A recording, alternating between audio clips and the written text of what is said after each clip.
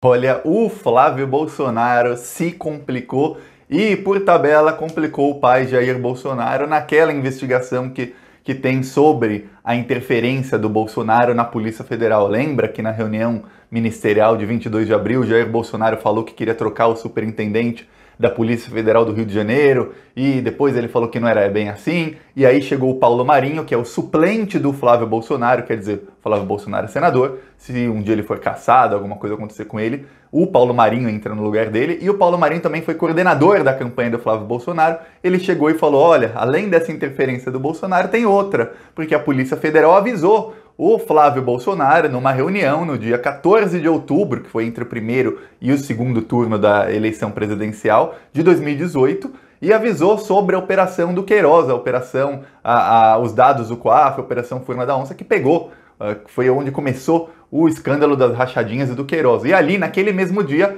o Queiroz foi demitido do gabinete do Flávio e a Natália Queiroz, filha dele, foi demitida do gabinete do Jair Bolsonaro, que era deputado, candidato à presidência, mas era deputado. Olha só, o Paulo Marinho foi depor. Primeiro o Paulo Marinho, depois na Polícia Federal. Depois no Ministério Público Federal, que é quem está investigando esse Bolsonaro contra Moro, a interferência na Polícia Federal. Depois no Ministério Público do Rio de Janeiro. Então, 3 processos diferentes o Paulo Marinho foi depor. Ontem o Flávio Bolsonaro foi depor. E aí deu ruim.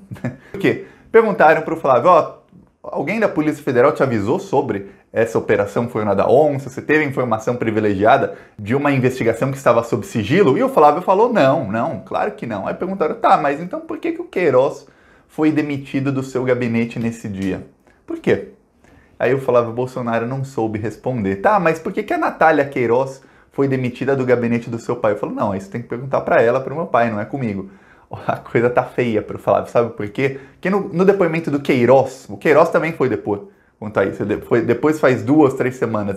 Logo que ele foi preso, ele foi depor nesse processo aí, antes até de depor sobre as rachadinhas. O Queiroz falou que ele foi demitido naquele dia porque ele queria tratar da saúde, porque ele estava com câncer e tudo mais. Só que não faz sentido 2 coisas. Primeiro, por que a filha dele também foi demitida do gabinete do Jair Bolsonaro? Não faz sentido. Segundo, se ele estava indo se tratar da saúde, por que ele não pegou uma licença que seria remunerada? Licença de saúde.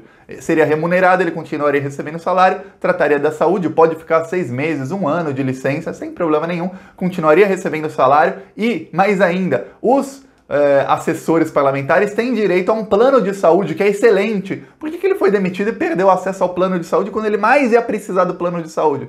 Não faz sentido. E aí agora querem uma acareação.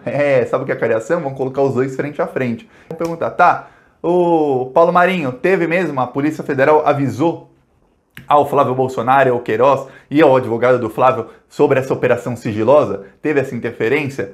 O Paulo Marinho vai falar que sim. Flávio, na frente dele teve? Ele vai falar que não. Tá bom. Flávio, então por que você demitiu o Queiroz? Ferrou. A história do Flávio Bolsonaro não se sustenta. Mais do que isso, o Paulo Marinho já falou. Olha, quer provar isso? É muito simples, Polícia Federal, mas muito simples.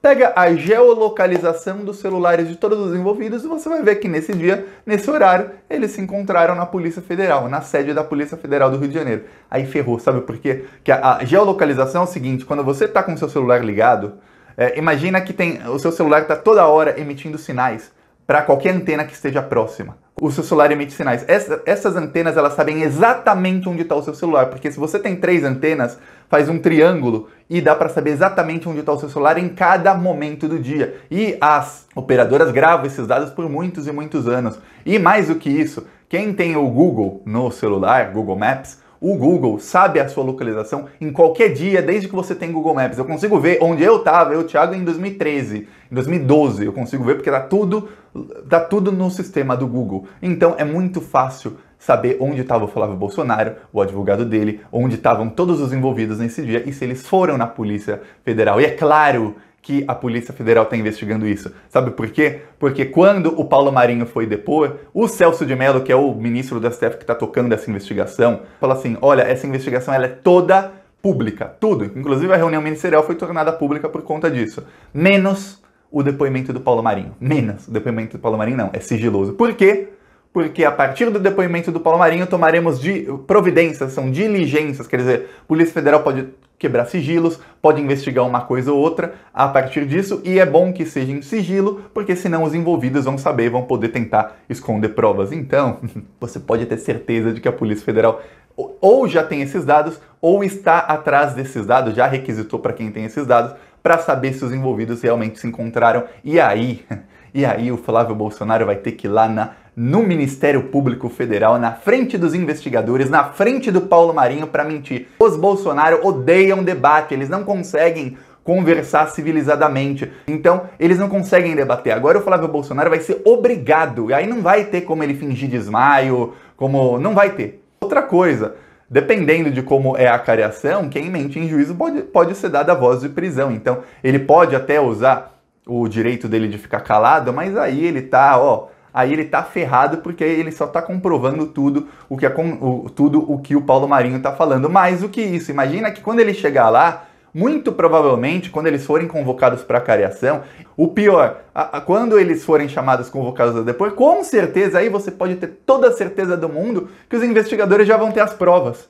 Eles vão fazer as perguntas já sabendo qual é a resposta, só para ver, vamos ver se esse cara vai falar a verdade ou se ele vai continuar mentindo. E claro, eles devem ter algumas dúvidas que nós temos acesso à parte superficial do processo. Essa é a verdade. Qualquer processo, até a investigação das fake news, a gente tem acesso a tudo que é superficial, ao que foi vazado na mídia. A gente não tem acesso a toda a investigação, pelo menos ainda. Essa vai ser tornada pública no fim e ela tá para acabar daqui, em agosto deve acabar essa investigação. Ele vai lá, os investigadores vão ter já as provas, vão ter uma ou outra dúvida, o Paulo Marinho vai estar na frente dele, vai ser muito. Mas pensa numa situação difícil para alguém que tem tanto medo de debate, é o que vai acontecer com o Flávio. Agora imagina, quando acaba o recesso do judiciário, que o Gilmar Mendes volta das férias e o STF volta das férias, o STF vai ter que votar, e essa votação você já pode ter certeza que vai ser 9-2, 10-1 de novo, para que o processo do Flávio Bolsonaro volte para a primeira instância, para aquele juiz que o Flávio Bolsonaro tem pavor.